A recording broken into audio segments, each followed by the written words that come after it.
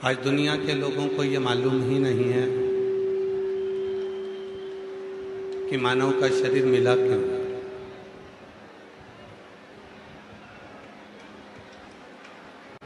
क्यों आपको और हमको ये मानव का शरीर प्राप्त हुआ, किस लिए ये मानव का शरीर आपको और हमको मिला।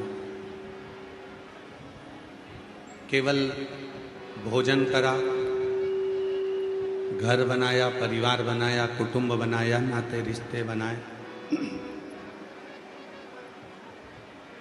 और ये सब कुछ बनाकर हम अपने बच्चों को देकर चले गए।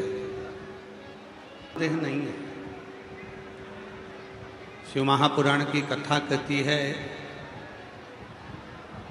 84 लाख योनियां हैं और 84 लाख योनियों में ऐसी कोई योनि नहीं है जिस योनि में आपकी पत्नी नहीं होगी।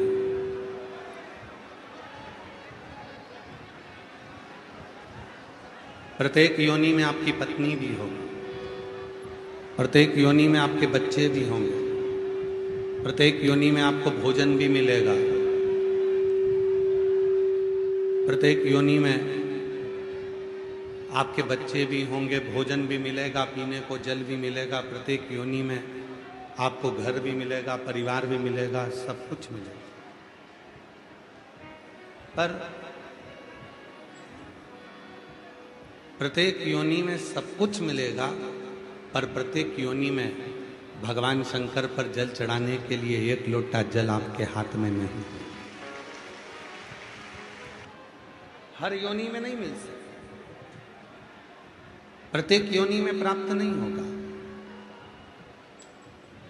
मेरी जीजियों, मेरे जीजाओं, मेरी बेटियों, मेरे बेटाओं, मेरे बुजुर्ग माँ बाप, याद रखना आज कथा का छठा दिवस है। कहते हैं आज कथा की शिवरात्रि है।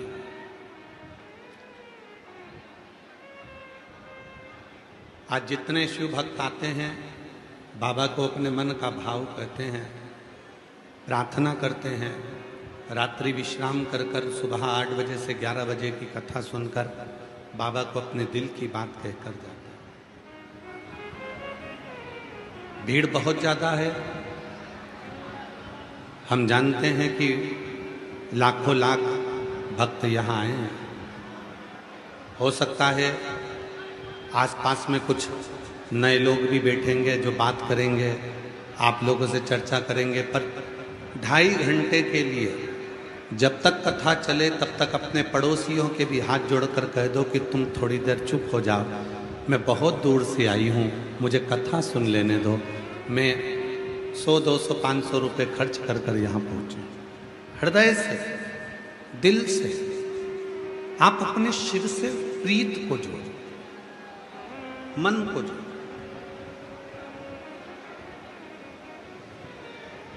चौरासी लाख योनियां, प्रत्येक योनि में, हर योनि में बच्चे भी होंगे, हर योनि में पति भी होगा, हर योनि में पत्नी भी होगी, हर योनि में भोजन भी होगा, हर योनि में पानी भी होगा, हर योनि में घर भी होगा, हर योनि में परिवार भी होगा, सब कुछ प्रत्येक योनि में होगा। पर केवल प्रत्येक योनि में सब कुछ होगा, पर शिव महापुराण की कथा और शिव जी के मंदिर में एक लोटा जल नहीं, वो नहीं, वो मिलेगा तो केवल एक मानव की देह में मिलेगा। मानव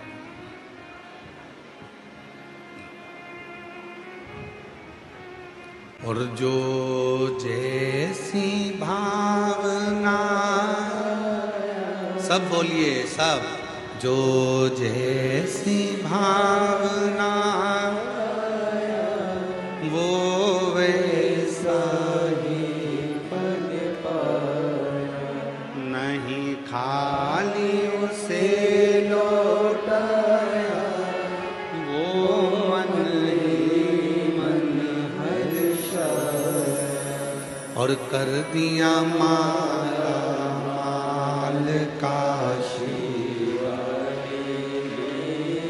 लुटा दिया भंडार काशी वाले ने, लुटा दिया भंडार काशी वाले ने, दिया माला काशी वाले ने। ये मानव की देह को जिसने पहचाना, ये मानव के शरीर को जिसने जाना, वही संपूर्ण जीवन में सुख भोग पाएगा। हम आपसे एक बात पूछें, ओ मेरी बलिया की जीजियों, बलिया के जीजाओं, बेटी हो बेटा हो, मेरे बुजुर्ग माँ बाप, सत्य बताना, बारिश की बूंद जमीन पर गिरे, मिट्टी में गिरे तो उससे कीचड़ बन जाता है। बोलो बनता है कि नहीं बनता? जम के तो बोलो। बारिश की बूंद जमीन पर गिरी, मिट्टी में गिरी तो उससे कीचड़ बन गया। बारिश की बूंद सीप में गिरी तो मोती बन गया। है वही बारिश की बूंद, वही बारिश की बूंद मिट्टी में गिरती है तो कीचड़ बना देती है, और वही बारिश की बूंद सीप में गिरती है तो मोती बना देती है।